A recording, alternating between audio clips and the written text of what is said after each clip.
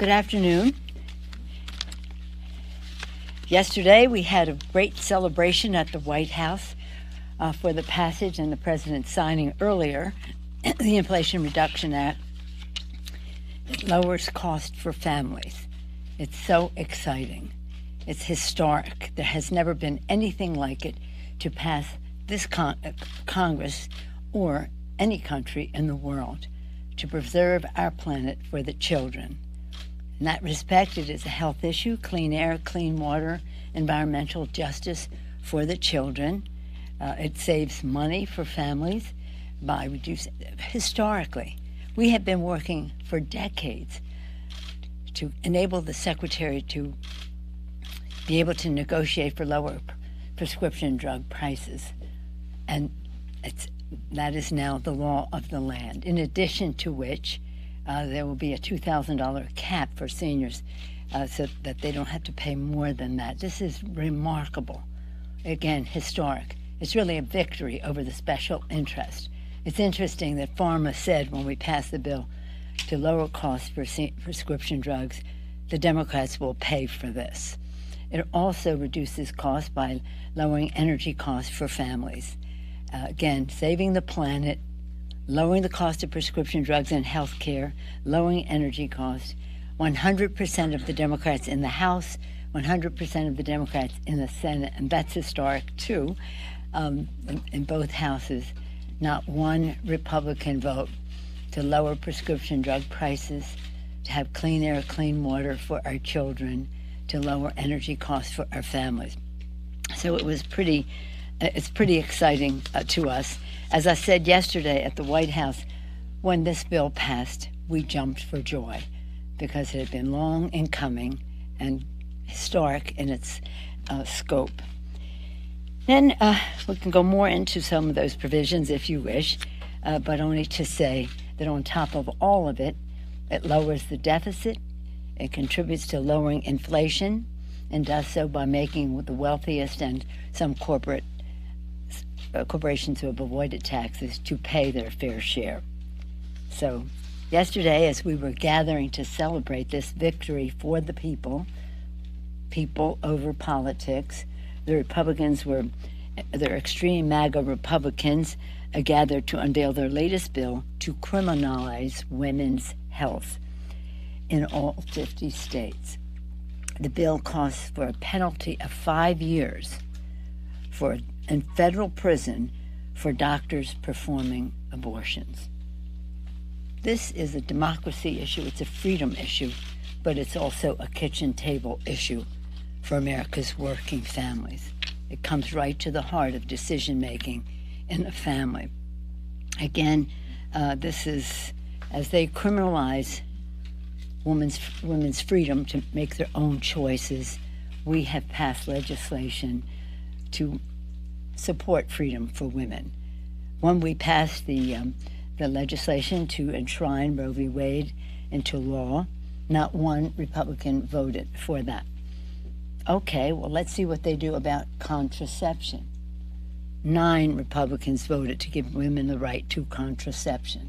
9. That means over 200 of them do not support a woman's right to contraception. And again, in terms of women being able to travel to exercise their health freedom, 3 Republicans said that Americans should be able to cross state lines for health reasons. 3 Republicans. So that's what we're dealing with here. But again, the contrast is great when we talk about women's health.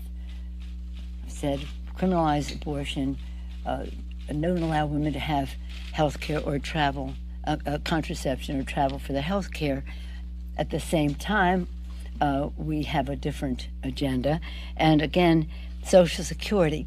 Over the break, we had a number of days of action. One of them was to observe the 87th birthday of Social Security. It was fabulous. It was a drumbeat across America. We had these across the country. 87th birthday. It was an organizing tool as well because people really support Social Security and are concerned about what the Republicans, including the chair of their Senate campaign committee, has said about reviewing whether this Social Security should exist in 5 years. Again, while we're protecting health care and financial security for seniors, the Republicans are undermining that. They never did support Social Security or Medicare, Medicaid. And in fact, when we won the House in 2006, it was largely thank you to President Bush wanting to privatize Social Security. And here they go again. Again, attacking our democracy, making it harder for people to vote. In that regard, one of the biggest suppressors of the vote is big, dark, special interest money in politics. This election gives us an opportunity, if we can elect 2 more senators, to pass legislation that diminishes the role of big, dark money by insisting on disclosure, which we've been trying to do since the hateful, anti-democratic Citizens United decision came down from an irresponsible court, to, again, trying to pass disclosure, which couldn't get 1 Republican vote in the Senate to do that.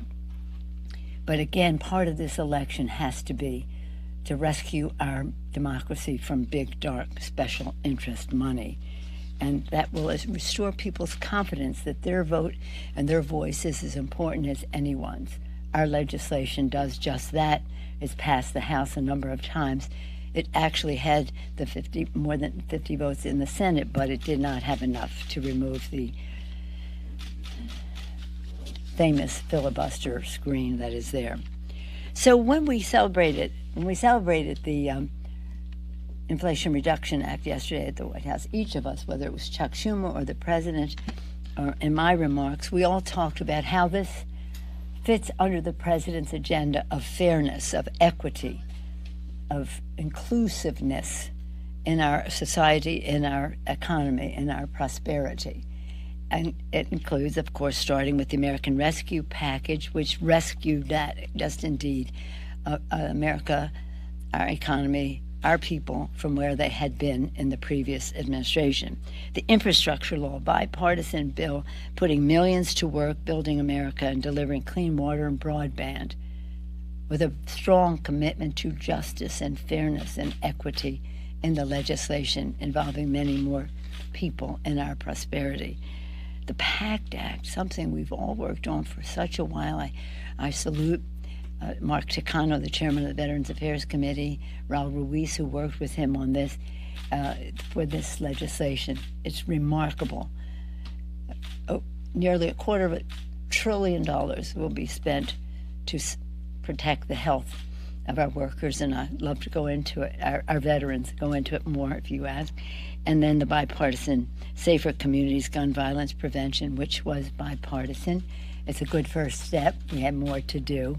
But nonetheless, all of these are very, very important. And of course, the CHIPS and Science Act, which again, inclusion, diversity, reaching out, bringing more people in through the science part of it, which is about education and research and fairness, as well as the CHIPS part, which is all of it a national security issue for us. So rescue, PACT, CHIPS and science, infrastructure law, and again, safety in our communities, culminating now in the the Inflation Reduction Act. So again, Democrats are always there for the people. We put people over politics, and it's a pretty dramatic time as you see the Republicans putting forth a ban.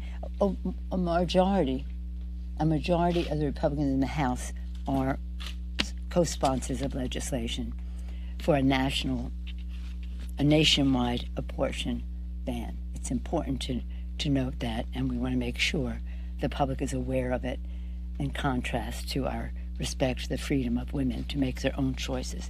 Any questions? Madam Speaker. Yes, ma'am. Madam Speaker, yes. The nation's on a precipice of a rail strike right now as we speak. There's a potential rail strike.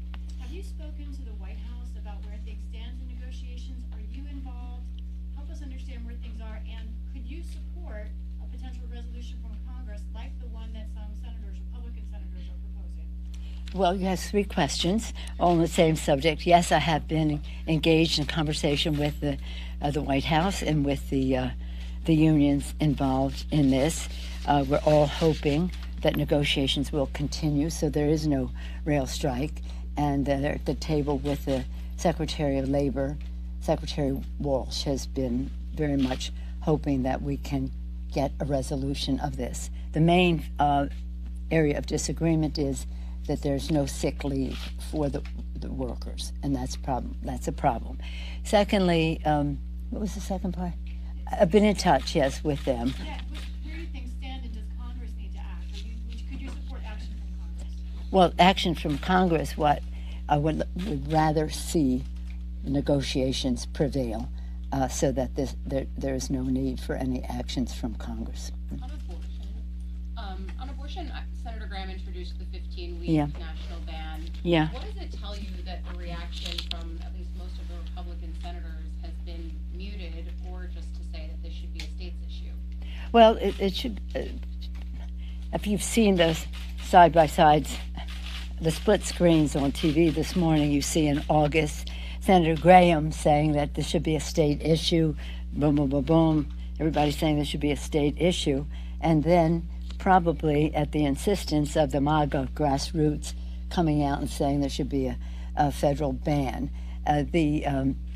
You have to ask the Republicans as to why they poured cold water on it, but they know they are digging a hole, and they just keep digging it. I was telling my members this morning about when I was in school, like high school, a long time ago, that there was a short story called "The Revolt of Mother," and Mother revolted about certain things that were expected of her. Again, this is a revolt of Mother, and others as well. Women are not happy about this, and it is they're making their views known, and it's so unfortunate. And as I say, as a mother of 5 in 6 years and 1 week, I keep saying I respect everybody's view about how they decide to do what they do, and we should continue to respect their freedom to do so.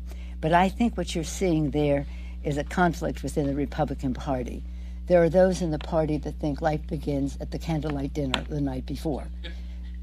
And these people are in defiance of that, right? They're in defiance of that because they're saying whatever they're saying about it. So that's what you're seeing there. But we are united in our support for women's right to choose. Madam Speaker, the stop trade ban legislation, it's uniquely had broad bipartisan support, but we've been talking about this since February. Why has it taken 8 months? And given the fact that the media, including most recently the New York Times, launched an investigation citing 97 lawmakers in potential violation, with many of them failing to report under the Stock Act, should there be greater penalties in the legislation that you do put forward for people to be found in violation? Yeah, I'm not big on New York Times and their investigations, but if that's what your premise is. Here's the thing. Members have been working on this. Just because somebody introduces a bill doesn't mean it becomes the law of the land. There's been discussion about it, and just recently this morning, actually, the committee, we've been going back and forth, and they were refining things and talking to members about what they think will work, and we believe we have a product that we can bring to the floor this month. Exciting. Congressional staff?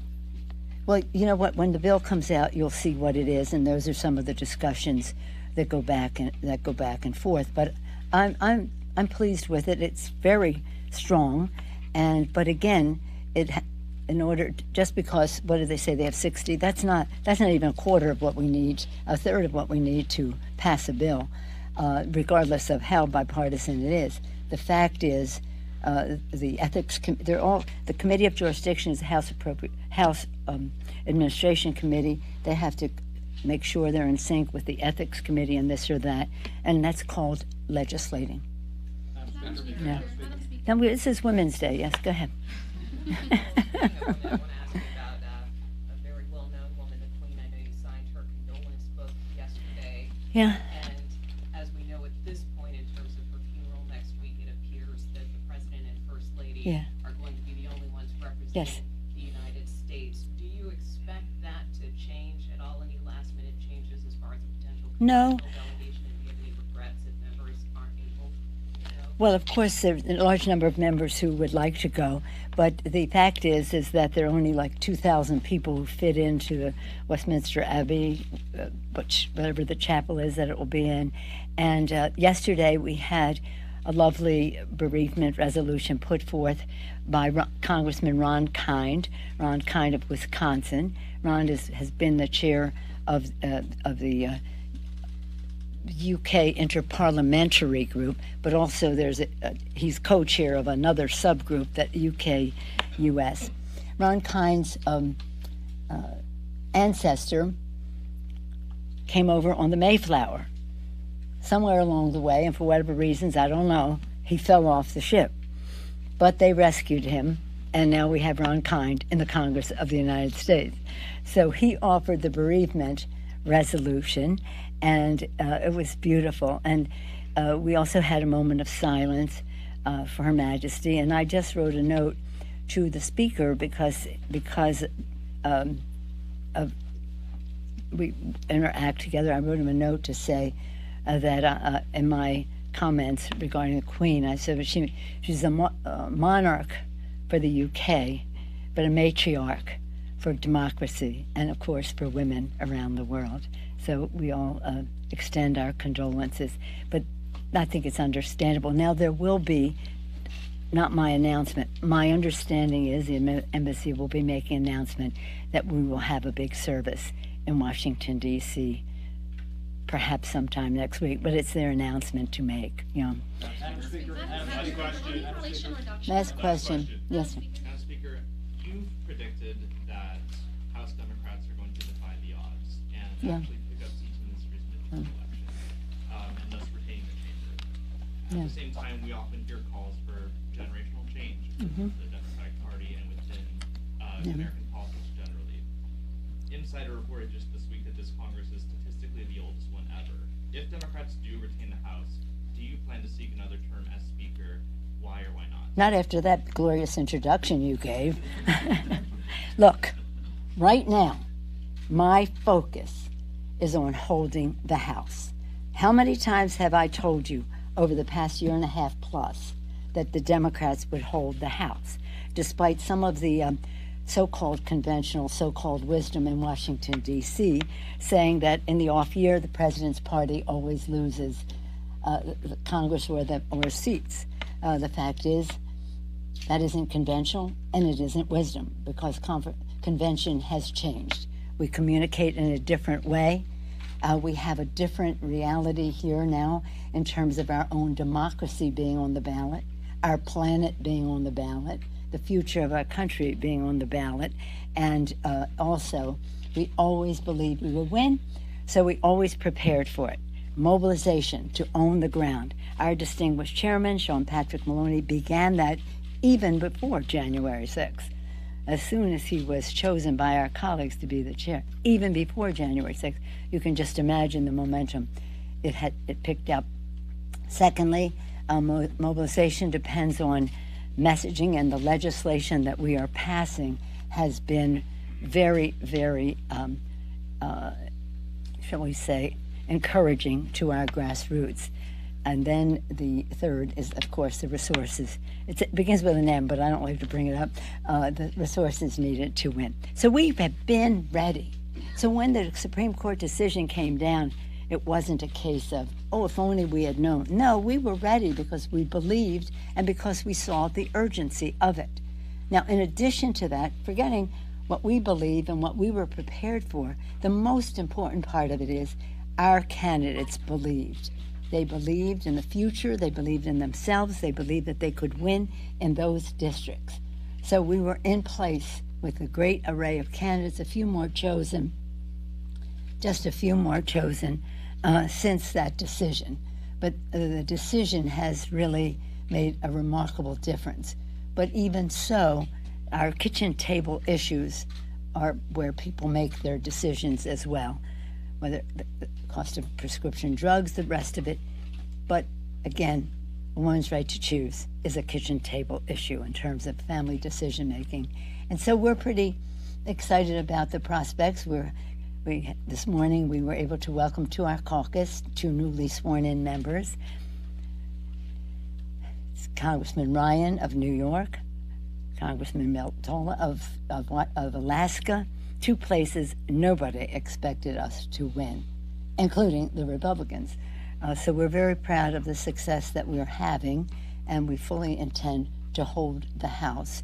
And even though there are some among you who belittle my political instincts and the rest, I got us here twice to the majority, and I don't intend to giving it up. Yes, sir, one last time. Would you like to answer Brian's question about your own future? No, I said first we're going to win, and that's really the issue, okay? And then? Did you not, are we speaking a different language? First we win, then we decide. And the fact is that I'm so excited about our new members coming in. They're beautifully diverse. They're courageous. Courage is the main thing. Everybody can have their convictions and their commitments to ideas, and that's lovely. And that's their why they run. But how they run with courage is really what is so exciting. Thank you all very much. Thank you. Thank you. Who's gonna win the softball game? Thank you. Are you going? Yeah. Giants are missing the Literal playoffs. softball. A literal.